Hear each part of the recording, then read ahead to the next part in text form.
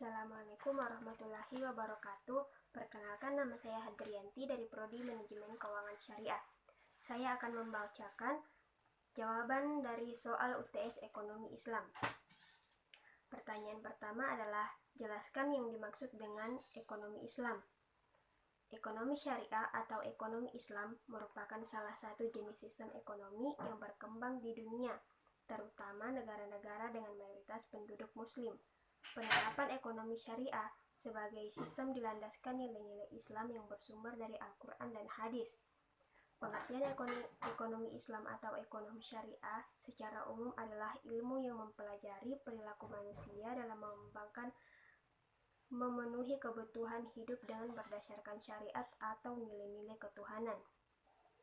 Pertanyaan kedua adalah, jelaskan sifat dan etika bisnis Rasulullah. Ada beberapa sifat yang membuat Nabi Muhammad SAW berhasil dalam melakukan bisnis, antara lain, yang pertama ada jujur atau siddiq. Dalam berdagang, Nabi Muhammad SAW selalu dikenal sebagai seorang marketer yang jujur dan benar dalam menginformasikan produknya. Yang kedua adalah dapat dipercaya atau amanah. Nilai amanah bagi para pekerja marketing adalah sosok yang jujur dan dapat dipercaya.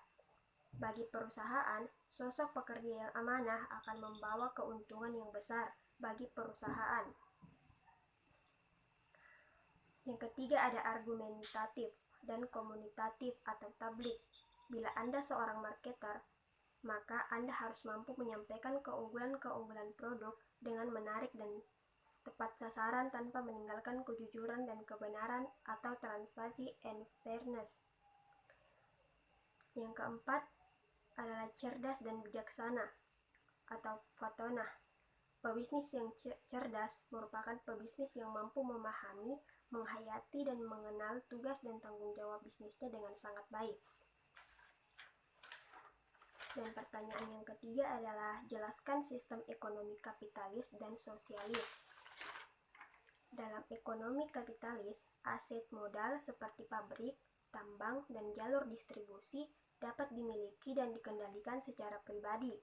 Tenaga kerja dibeli dengan upah uang, keuntungan modal diperoleh pemilik swasta, dan harga ditentukan oleh permintaan dan penawaran. Sistem kapitalis adalah kebalikan dari sistem sosialis, di mana negara banyak menguasai alat produksi, harga barang atau jasa, sehingga upah pekerja banyak ditentukan oleh negara. Ciri paling menonjol dalam ekonomi kapitalis adalah minimnya intervensi negara.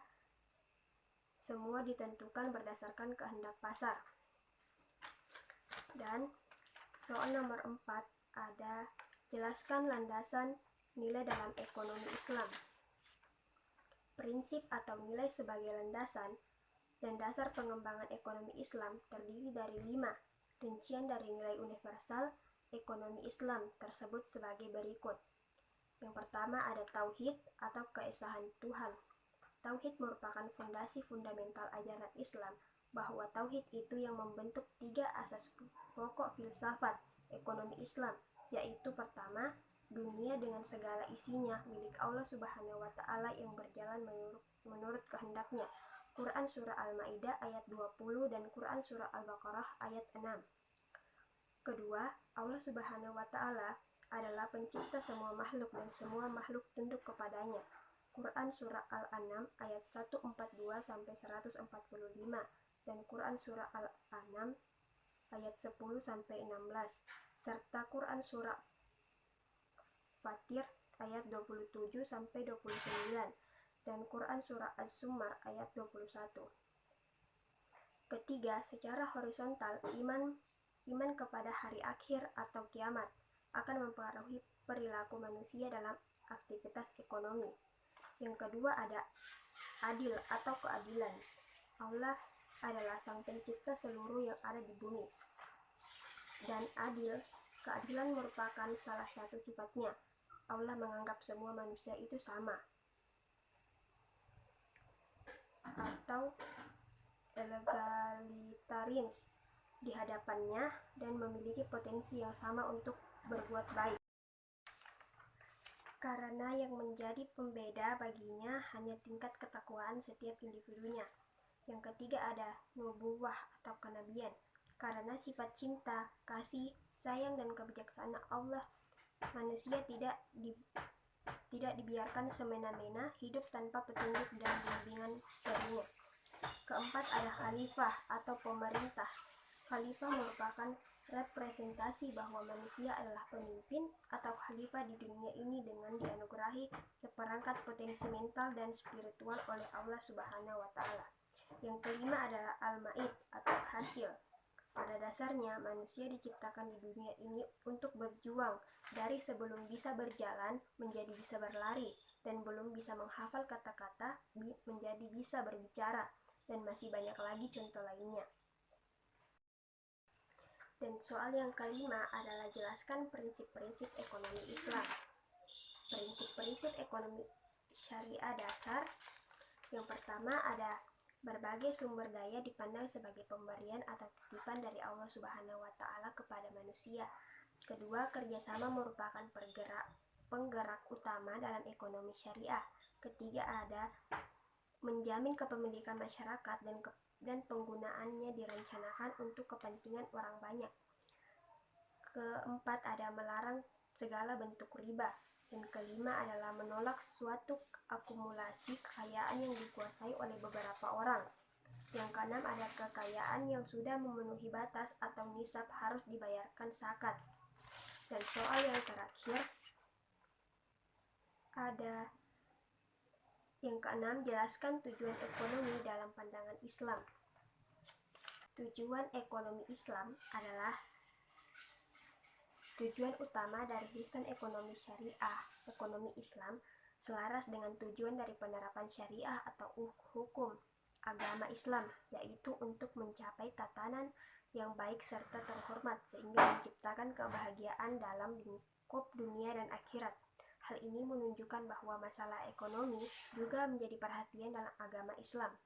Menurut Muhammad Abu Zahra, seperti dicatat dalam buku Memahami Ekonomi tahun 2018, terdapat 3 sasaran utama yang menjadi tujuan ekonomi syariah, yaitu yang pertama, setiap muslim menjadi sumber kebaikan bagi masyarakat dan lingkungannya, sekaligus dalam bentuk penyucian jiwa. Yang kedua, penegakan keadilan di masyarakat mencakup bidang hukum dan muamalah. Ketiga, dicapainya keselamatan, keyakinan agama, jiwa, akal, keluarga, dan keturunan serta harta benda. Adapun pengutip pemaparan dalam buku Konsep Ilmu Ekonomi tahun 2020 terbitan Kemdikbud, ada 4 tujuan ekonomi Islam atau ekonomi syariah, yakni ekonomi yang baik dalam kerangka kerja norma-norma Islam. Kedua, persaudaraan dan kesejahteraan universal, distribusi pendapatan yang merata, dan kemerdekaan dari individu dalam konteks kesejahteraan sosial. Dan soal yang ketujuh ada jelaskan yang dimaksud dengan konsep khilafah dalam ekonomi Islam. Khilafah didefinisikan sebagai sebuah kepemimpinan umum bagi seluruh hukum-hukum Islam dan mengemban dakwah Islam ke seluruh penjuru dunia. Orang yang memimpin disebut khalifah, dapat juga disebut imam atau amirul mukmin. Misalnya ketika khilafah adalah Abu Bakar As-Siddiq, beliau dikenal dengan sebutan Khilafatu ar-Rasulillah atau pengganti Nabi Muhammad. Ketika Khalifah Umar bin Khattab, beliau disebut Amirul Mukmin atau pemimpin orang beriman. Dan ketika Khalifah Ali bin Abi Thalib, beliau disebut Imam Ali. Secara umum, sebuah sistem pemerintahan bisa disebut sebagai khalifah apabila menerapkan Islam sebagai ideologinya, syarat sebagai dasar hukum, serta mengikuti cara kepemimpinan Nabi Muhammad dan Khulafaur Rasyidin dalam menjalankan pemerintahan. Meskipun dengan penamaan atau struktur yang berbeda, namun tetap berpegangan pada prinsip yang sama, yaitu sebagai otoritas kepemimpinan umat Islam di seluruh dunia, sehingga pada penerapannya ketika sebuah negara khilafah berdiri atas persetujuan seluruh umat Islam, kemudian dibaitkan seorang khalifah, maka pendirian negara khilafah maupun pembaitan khilafah lain setelahnya menjadi tidak sah. Ini berdasarkan hadis Nabi Muhammad tentang pembaitan khalifah. Mungkin hanya itu yang dapat saya sampaikan. Mohon maaf bila ada salah kata. Terima kasih. Wassalamualaikum warahmatullahi wabarakatuh.